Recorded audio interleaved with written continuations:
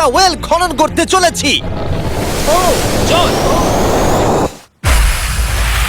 জল ও মাই গড!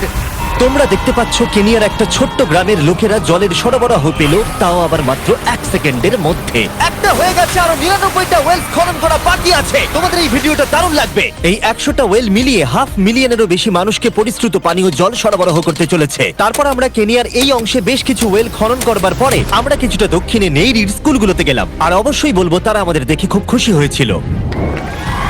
তোমরা সবাই কেমন আছো? আমি এতটা আশাই করিনি। সবাইকে স্বাগত জানানোর জন্য ধন্যবাদ।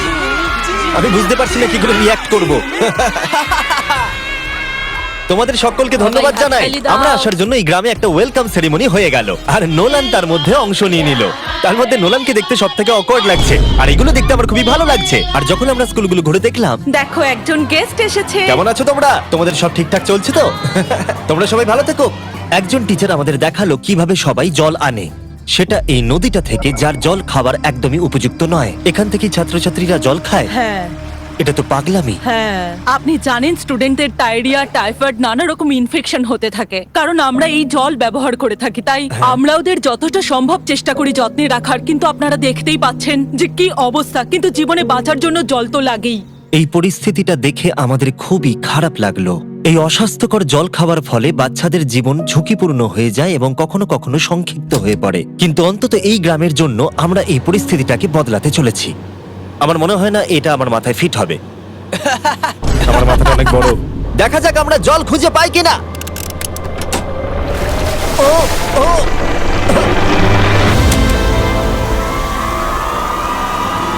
বৃষ্টি হচ্ছে, এটা তো দারুণ। মাটির উপরে জল উঠে আসার পরে সেগুলো ধরে রাখার জন্য আমরা এই বড় ব্যারেলগুলোকে নিয়ে এসেছি, যেগুলো ওয়াটার টাওয়ারের উপরে ফিট করা হবে। এই গ্রাম এবং প্রতিবেশী গ্রাম যে শুধু পরিষ্কার জল পাবে তাই নয়, বরং জলের প্রেসারও অনেকটাই বেশি পাবে। তার মানে হলো তাদের আর অপরিষ্কার জলে জামা কাপড় কাচতে হবে না। নাও টানো।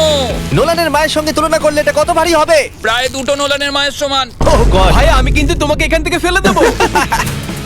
ঠিক আছে, হয়ে গেছে। হ্যাঁ, রেখে দাও।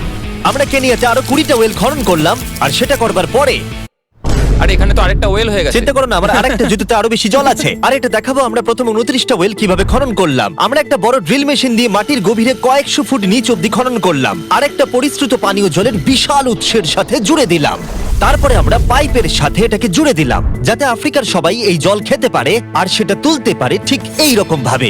দেখা যাক এটা কিরকম খেতে। জলের মতোই। এই 5 গ্যালনের ড্রামটা ভরতে আমার 1 মিনিট সময় লাগলো। এখান থেকে একদিনে কত জল তোলা যেতে পারে? একদিনে প্রায় 3600 গ্যালন জল। এই ওয়েলটা এই গ্রামের শুধুমাত্র 400 বাচ্চার জন্যই নয়, বরং এই স্কুলের প্রতিবেশী গ্রামগুলোর বাচ্চারাও এই জল ব্যবহার করতে পারবে। আমাদের জল দেওয়ার জন্য থ্যাংক ইউ। থ্যাংক ইউ কি আছে? এটা প্রায় 30 বছর ধরে অনবরত জল সরবরাহ করবে।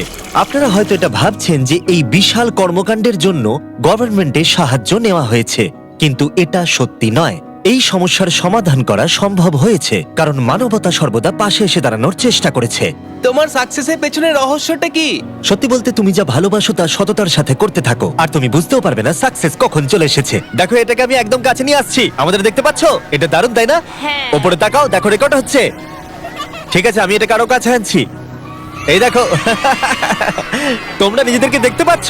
আমরা এই গ্রামের জন্য ওয়েল খনন করতে সক্ষম হয়েছি, এবং এই গ্রামের জন্য এবং আরো এরকম 12টা গ্রামের জন্য। আর যখন আমাদের ওয়েল খনন করা শেষ হলো, আমরা তো স্কুলগুলোকে কিছু ব্র্যান্ড নিউ কম্পিউটার দিয়ে সাহায্য করার চেষ্টা করলাম। আচ্ছা, আরো খুশি হবে তো? ওরা খুব Thank you. খুশি হবে, Thank খুব you so খুশি। পরিস্থিতিটা ভালো হয়েছে দেখে ভালো লাগছে। আমরা ক্লাসরুমগুলোকে সাজালাম নতুন ফার্নিচার দিয়ে, নতুন কিছু সেলফ রাখলাম, আর তার সাথে নতুন কিছু বই। সব স্টুডেন্টদের একটা করে সকার বল দিলাম। এটার জন্য ধন্যবাদ। Thank you, Mr. Beast. আর তাছাড়া প্রত্যেকটা ক্লাসে একটা করে হোয়াইট বোর্ড আর একটা করে প্রজেক্টর দিলাম। তোমাদের এই প্রজেক্টর ভালো লেগেছে? আচ্ছা, আমরা আগে চক ব্যবহার করতাম, তাতে খুব ধুলো হতো, কিন্তু এখন সবকিছু পরিষ্কার রয়েছে। আমরা অনেক ধন্যবাদ জানাচ্ছি। কোনো সমস্যা নেই, আমরা খুব কমই করতে পেরেছি। তারপরে যখন আমরা 45 নম্বর ওয়েলটা খনন করবার জন্য সাইটে গেলাম, তখন আমরা বুঝলাম পরিস্থিতিটা আরো কঠিন। যখনই তাদের জলের দরকার পড়ে, তাদের জঙ্গলের মধ্য দিয়ে কয়েক মাইল যেতে হয়, আর তারপরে আরো কয়েক মাইল যেতে হয়, আর এই যাত্রাটা একটা বিশাল পাহাড়ের মধ্য দিয়ে হয়। আমি খুব সকালে ঘুম থেকে উঠে পড়ি ওই 4টে নাগাদ, কারণ তাড়াতাড়ি আমি যাতে স্কুলে জল নিয়ে আসতে পারি। এখান থেকে এইভাবে জল নিয়ে যাওয়া একেবারেই সেফ নয়। এই জায়গাটা খুব স্লিপারি, পড়ে যাওয়ার যাওয়ার চান্স আছে। তাই যখন আমরা ওয়েল খনন করছিলাম ওরা আমাদের দেখালো যে ওরা কিভাবে জল নিয়ে আসে। তোমাদের এই যাত্রাটা দিনে কতবার করে করতে হয়? দিনে 2 বার। দিনে 2 বার করে? ওরে বাপরে, তাহলে স্টুডেন্টরা এই জিনিসগুলো নেয়? ও গড, 200 জন স্টুডেন্ট রোজ এটা করে। ভাবো এটা কতটা কঠিন। এটা খুবই কঠিন। ওরে বাপরে বাপরে, এই রাস্তাটা তো খুবই খারাপ। বাপরে, এই পাহাড়ি রাস্তা যেন শেষই হচ্ছে না। এটা আমাদের রোজ করতে হয়। আমরা দেখে অবাক হচ্ছিলাম যে এই যাত্রাটা কতটা কঠিন, আর এই মানুষগুলোকে রোজ এইটা করতে হয় অল্প একটু জলের জন্য, যদিও এই জলটা পানের পক্ষে উপযুক্ত নয়। তোমরা সাধারণত এখান থেকে জল ভরো? হ্যাঁ। আর জল ভরার পরে এই জাগগুলোর ওয়েট হয় প্রায় 40 পাউন্ড, যেগুলো এই বাচ্চাগুলোর পক্ষে বয়ে নিয়ে যাওয়ার জন্য অনেকটাই বেশি। মহিলারা এইগুলো 2টো করে নিয়ে যায়। ও, তাহলে আমিও এটা চেষ্টা করে দেখব। আর যেই জাগগুলো ভর্তি হয়ে গেল, আমাদের আবার ফিরে আসার সময় হয়ে গেল। তাড়াতাড়ি করো, চলো। আরে এ তো দেখছি একটু ঘামেনি। না না, আমি করব। আর তারপরে কয়েক ঘন্টা কেটে গেল এই অস্বাস্থ্যকর জলগুলো নিয়ে আসতে। আর নতুন ওয়েলটা হলো তাদের স্কুল থেকে মাত্র 10 ফিট দূরত্বে। তাহলে এরা এখন এখানেই জল ভরতে পারবে। আমি খুবই ক্লান্ত। আর তারপরে আমরা পরের গ্রামে গেলাম, যেখানে আমরা 46তম ওয়েল খনন করব। কিন্তু সেখানে আমরা সমস্যার মুখে পড়লাম। আমরা দেখতে পেলাম এই গ্রামটা 2 ভাগে বিভক্ত এই বিশাল ভয়ঙ্কর নদীটা দ্বারা। এর জল এখন বেশি মনে হচ্ছে না, কিন্তু যখন বর্ষাকাল আসে তখন জল তীব্র গতিতে আসে আর এই ব্রিজটাকে ভাসিয়ে নিয়ে যায়। আর এই ব্রিজটা এত গুরুত্বপূর্ণ কারণ গ্রামের লোকজন এই দিকে বাস করে আর হসপিটাল বা স্কুল হলো এই দিকে। তাই তাদের অনেকবার দিনের মধ্যে এই ব্রিজটাকে ক্রস করতে হয়। এই ব্রিজটা ভয়ঙ্কর হওয়া সত্ত্বেও এটাই তাদের একমাত্র এই অবলম্বন। নদীর যখন জল বেড়ে যায় তখন এখানকার মানুষ, শিক্ষার্থী এবং পশু পাখিকেও ভাসিয়ে নিয়ে যেতে পারে। এর আগে আমরা এই নদীটা পার করতে গিয়ে 3 জনকে হারিয়েছি। এই প্রাণ চলে যাওয়া অপূরণীয় ক্ষতি এবং তা কখনোই মেনে নেওয়া যায় না। আমরা যেইটা শুনলাম আমরা সিদ্ধান্ত নিলাম আমরা সাহায্য করব। সুতরাং যখন এখানে নতুন ব্রিজ তৈরির কাজ শুরু হলো, যেটা তাদের ওয়েলের কাছে নিয়ে যাবে, তখন আমরা 2000 মাইল পেরিয়ে চলে গেলাম কেনিয়া থেকে জিম্বাবুয়ের উদ্দেশ্যে। আমরা আফ্রিকাতে 1 সপ্তাহেরও বেশি রয়েছি এবং আমাদের আরো ওয়েল খনন করতে হবে। তোমার গা থেকে গন্ধ বেরোচ্ছে। এটা অদ্ভুত, কিন্তু আজকে আমি স্নান করেছি। ঠিক আছে, আমাকে শেষ করতে দিলে আমি হাত ধরে নামিয়ে নেবো। তোমরা কি আমাকে বাকি ওয়েলগুলো খনন করতে সাহায্য করবে? ঠিক আছে।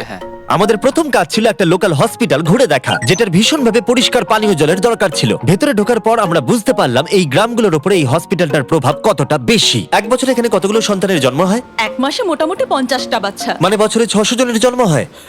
ওয়াও! কিন্তু দুর্ভাগ্যবশত অন্তঃসত্ত্বা মহিলাদের পানীয় জল পেতে কয়েক মাইল হেঁটে যাতায়াত করতে হয়, আর তারপরে এই ভারী বাকেটগুলোতে করে জল বয়ে নিয়ে যেতে হয়। যাই হোক, ভালো খবর হলো এটা, আমরা একটা নতুন মডার্ন ওয়েল পাম্প কনস্ট্রাকশন করছি। ভালো করে ওদিকটা। এখন যেটা প্রয়োজনীয় সেটা হলো এগুলোকে চালু করা। যাই হোক, নোলান, তুমি কি তৈরি? আমি তৈরি। ওভার। একটা ড্রামাটিক জুম ইন করো। নোলান, আমি বাটন প্রেস করলাম, জল কি পড়ছে? জল পড়ছে। তোমরা একবার গিয়ে দেখবে নাকি? হ্যাঁ, চলো যাওয়া যাক। আমার ভালো লাগছে যে মানুষকে আর জলের জন্য বেশি দূর যেতে হচ্ছে না। এর থেকে ভালো জিনিস আর কিছু হতেই পারে না। এখানে নোলান খুবই ভালো ডান্স করতে পারে। ও তোমাদের সাথে ভালো। নাচবে। আমাকে সব সময় নাচ করতে কেন বলে? দেখো কি করছে। হে ভগবান, আমি আমি আমি এটা আর দেখতে পাচ্ছি না। পরিশ্রুত পানীয় জলের সরবরাহ নিশ্চিত করে দেখলাম এই গ্রামের অনেক স্টুডেন্টদের যাতায়াত করতে সমস্যা হয়। তাই আমি ডিসাইড করলাম সবাইকে নতুন বাইসাইকেল দেব। আমি জানি এখানে অনেক বাচ্চা আছে, কিন্তু আমাদের কাছে অনেক বাইসাইকেল আছে। পরিষ্কারভাবে বলে দিই, আমি সাইকেল চালাতে পারি না। জিমি শুধু সাইকেল বিতরণ করতে পারে। কোনোদিন চালাতেই শিখিনি। চলো তোমাদের নতুন সাইকেলগুলো চালাও দেখি।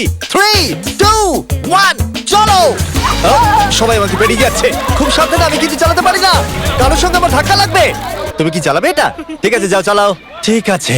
সাইকেল বিতরণ করবার পরে আমরা ওয়েল খনন করা চালিয়ে গেলাম যতক্ষণ আমরা পৌঁছলাম ওয়েল নম্বর 69। এই সোলার পাওয়ার্ড ওয়েলগুলো বিশেষভাবে ডিজাইন করা হয়েছে গ্রামের কৃষকদের জন্য। চাষের জন্য প্রয়োজনীয় জল সরবরাহের পাশাপাশি শস্য এবং গবাদি পশুর জন্য, এমনকি ড্রাই সিজনেও আর কোনো বিদ্যুৎ ছাড়াই। প্রত্যেকটা প্যানেল 200 ওয়াটের। এটা পাম্পের সাথে অ্যাটাচ করা আছে। এই পাম্পটা প্রতি ঘন্টায় 5000 লিটার জল তোলে। বলতে গেলে এই গ্রামে আমরা আনলিমিটেড জল পাচ্ছি। এটা দুর্দান্ত। জিম্বাবুয়ে থেকে চলে আসবার পরে আমরা চেয়েছিলাম আফ্রিকার সমস্ত জায়গায় জল পৌঁছে দিতে। তাই আমরা আরো ওয়েল খনন করলাম উগান্ডাতে, সোমালিয়াতে এবং ক্যামেরুনে। যদি আপনারা আরো বেশি দেখতে চান তাহলে আমরা খুব তাড়াতাড়ি ফিলান্থ্রপিতে আরেকটা ভিডিও আনতে চলেছি। এই গ্রামগুলোতে সময় কাটিয়ে আমি পানীয় জলের উৎসের গুরুত্ব কতটা তা বুঝতে পেরেছি। কি করে এটা চাষে সাহায্য করে, ফসল ফলাতে, কিভাবে হসপিটালের জন্য পরিষ্কার পরিবেশ তৈরি করে, এবং সবথেকে গুরুত্বপূর্ণ হলো পরবর্তী প্রজন্মের শিশুদের জন্য একটা সুস্বাস্থ্যকর জীবন উপহার দেওয়া এবং তাদের ভবিষ্যৎ সুনিশ্চিত করা আমরা বিশুদ্ধ পানীয় জল পেতে অনেক অপেক্ষা করেছি। জল হলো জীবন। এবং স্থানীয়দের সাহায্য নিয়ে আমরা নতুন ব্রিজটা তৈরি করতে সফল হয়েছি, যেটা এই গ্রামবাসীরা পরবর্তী 100 বছর ব্যবহার করতে পারবে। আমাদের জীবন এখন সুরক্ষিত, আমরা সব একসঙ্গে থাকতে পারবো, দুশ্চিন্তা দূর হয়ে গেছে। এই ভিডিওতে আমরা 100টা ওয়েল খনন করে অনেকের জীবন বদলে দিয়েছি, কিন্তু এটা যথেষ্ট নয়। তাই এই ভিডিও ছেড়ে যাওয়ার আগে আমি রিকোয়েস্ট করছি beastphilanthropy.org/wales এ যান অথবা ডেসক্রিপশনের লিংকে গিয়ে সম্ভব হলে কিছু টাকা ডোনেট করুন। আমরা এই ভিডিও থেকে 1 টাকাও প্রফিট করছি না। আমরা এখান থেকে পাওয়া টাকার পুরোটাই কাজে লাগিয়ে দেবো ওয়েল খনন করতে, যেটা তোমরা ভিডিওতে দেখলে পৃথিবীর চারিদিকে।